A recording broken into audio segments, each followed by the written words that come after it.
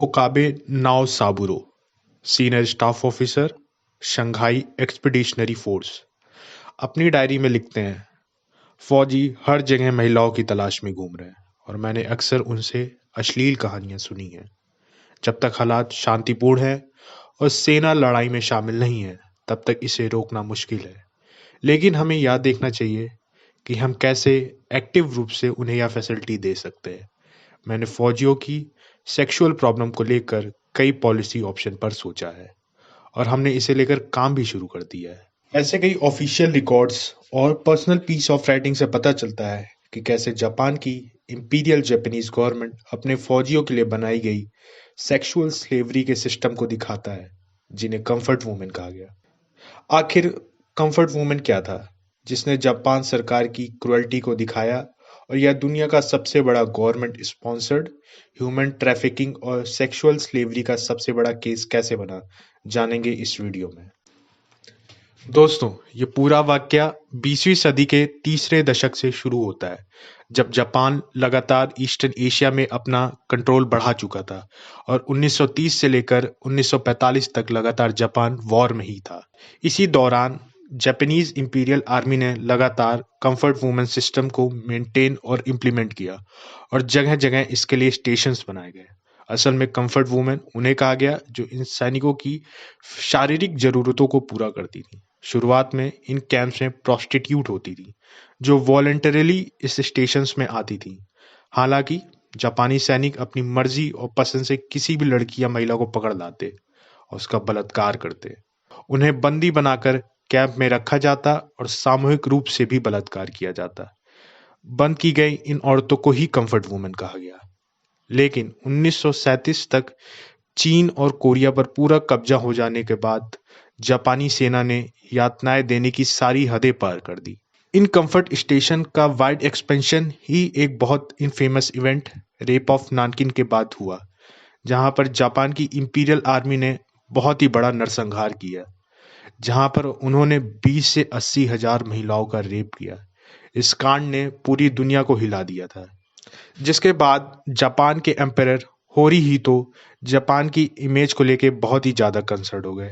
इसके बाद एम्परर होरीहितो ने मिलिट्री को इन सो कॉल्ड कंफर्ट स्टेशन या कहें मिलिट्री ब्रॉथल्स को एक्सपेंड करने का आदेश दे दिया, जिससे जापानीज सोल्जर्स की सेक्सुअल एपिटाइट को सेटिस्फाई किया जा सके और सेक्सुअल ट्रांसमिटेड डिसीज और फर्दर एट्रोसिटीज को रोका जा सके। रिपोर्ट्स के मुताबिक करीब 2 लाख महिलाओं का शोषण कंफर्ट वुमेन के रूप में जापानीज आर्मी ने किया, जिसमें से अधिकतर महिलाएं कोरिया से आती थीं, जहां पर आज भी इस दर्दनाक इंसिडेंट को लेकर जापान के लिए बेहद नाराजगी है। इन महिलाओं को धोखे से किडनैप कर कंफर्ट स्टेशन भेज दिया जाता था। यहाँ पर उनका कोई नाम नहीं होता था, बल्कि उन्हें एक नंबर दिया जाता था। इस दौरान जापान ने किसी को नहीं बख्शा। जापान ने वहां से 8 से 12 साल तक की बच्चियों का रेप किया, जो अभी सेक्सुअली एक्टिव भी नहीं थी। जापान इन्हें इंजेक्शन देकर छोटी बच्चियों की बॉडीज को फिल करता, जिससे ये सेक्सुअली एक्टिव हो जाएं और they could give a happiness like a women. ऐसी ही दास्तान का जिक्र करते हुए एक महिला अपने साथ हुई अमानवीय यातनाओं को याद करते हुए बताती है, मुझे अपने गांव से बंदूक की नोक पर उठा ले गया गया और कहा गया कि उन्हें फैक्ट्री में काम करवाने ले जाया जा रहा है, लेकिन उन्हें कंफर्ट स्टेशन में कैद कर लिया गया, जहां उनसे डेली 20 से 50 सैनिक रेप करते थे।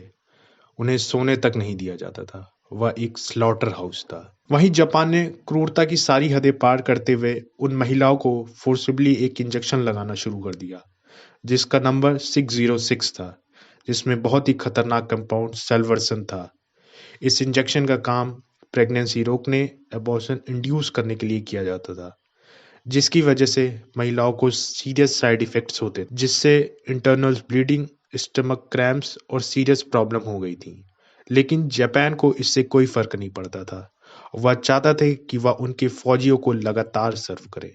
अगर कोई विमेन कंफर्ट स्टेशन से भागने की कोशिश करती, तब उनका गैंग रेप किया जाता और बंदूक के कोने से मारकर उनकी जान ले ली जाती, क्योंकि सैनिक गुलाम लड़कियों पर गोली तक नहीं खर्च करना चाहते थे। वहीं 2007 में एसोसिएटेड प्रेस में दावा किया गया कि जापान में सेकेंड वर्ल्ड वॉर खत्म होने के बाद भी इन कंफर्ट स्टेशंस को बंद नहीं किया गया और वहां हजारों महिलाओं को अमेरिकन्स के साथ फिजिकल रिलेशन बनाने के लिए मजबूर किया गया। और जब तक American war hero Douglas MacArthur ने 1946 में इसे बंद नहीं कर दिया, वहीं जापान की सरकार ने कई मौकों पर इस बात से साफ इनकार किया कि जापान की इंपीरियल आर्मी ने फोर्सफुली किसी महिला को कंफर्ट स्टेशन में लाया, जिसे लेकर दुनिया भर में जापान की भारी आलोचना हुई। हालांकि 1992 में देन जापानीज पीएम किएची माइजावा ने साउथ कोरिया से माफी भी मांगी। दोस्तों, आपको वीडियो कैसी लगी